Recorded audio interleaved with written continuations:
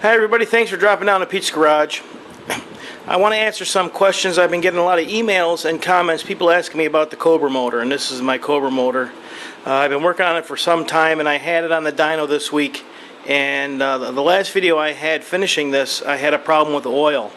I've had this engine apart a couple times, tearing it down, looking inside, trying to find out why I was having an oil problem. And the specific oil problem I was having is, if I look inside here, if I open up the butterflies, and let me see if I can get a light. I'll grab a light here and shine it down, and hopefully you can see what the problem is I'm having.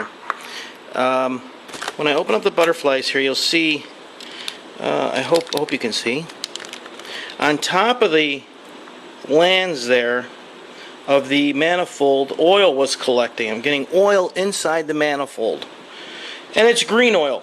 It's some of it's burnt, some of it's green, so it's coming from somewhere.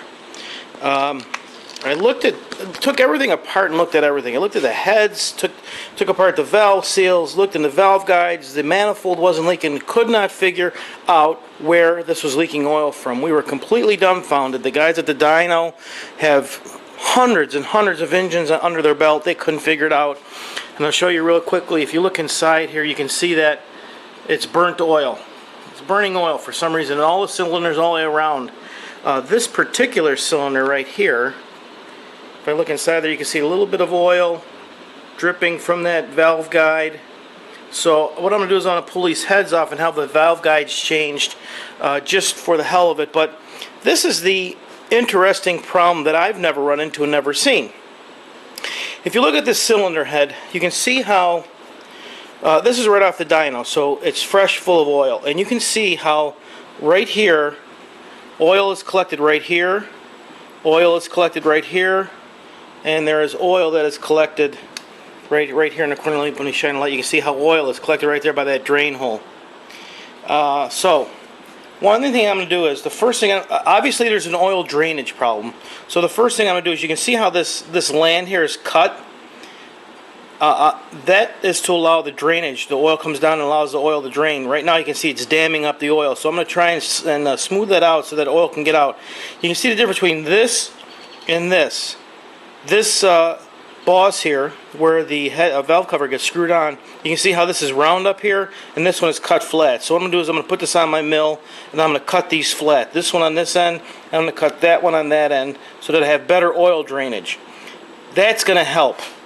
I'll show you the valves here. You can see there's oil literally dripping off the valves. So there's tons of oil getting from the rocker arm onto the valve, and it's getting here around the valve seat. So I'm sorry, the seat where the spring seat is. So what's happening is there's tons of return on top here. So it's not a problem with returning oil on the top. It's the oil building up on the bottom. And this is what's happening. The oil is pumping up. It's filling up this valley here, and it's flooding these seals. Now, regardless of how good your valve seal is, your valve stem seal, if this is flooded with oil, it is not going to seal. Oil will get underneath the seal, work its way up under the valve. That's why the valve seals are clean inside but wet on the bottom. I looked at those. But this is the interesting problem, and I'm going to try and take a picture. It's going to be tough. And I couldn't believe I found this, and it just by chance. Now I'm going to zoom in here. If you can see here, I'll try and get in there as good as I can. The oil hole, maybe you can't see it. The oil hole, I'll try it again real quick. See that down there? The oil hole in the block does not line up with the oil return hole in the head. So what's happening is, this is what happens when you mix and match parts. I got a regular block with aftermarket heads, and there's a pretty good picture right there. You can see how the oil return hole in the block doesn't match up with the head. So what's happening is, this is what's happening. The oil is getting in here, and you can see how this oil hole, there's only two. There's one here, and there's only one oil return hole here. And if I were to draw a straight line between these two holes, you would see that they pass right through the center of the valves. And what is happening is this blocked hole, blocked 50%, this is getting filled up with oil. It's filling up with oil all the way up to the valves, all the way up into here, and it is flooding the valve seals. And since the valve seals are flooded, they can't seal that much oil. So it's sucking oil in the valve, burning it, and the oil that can get burned through reversion is getting sucked back through the manifold, and it's ending up on top of the manifold here where there's a low pressure area right underneath the throttle bodies. That is a unique problem. I've never seen that before, and I didn't notice it when I put the gaskets on because the gaskets lined up.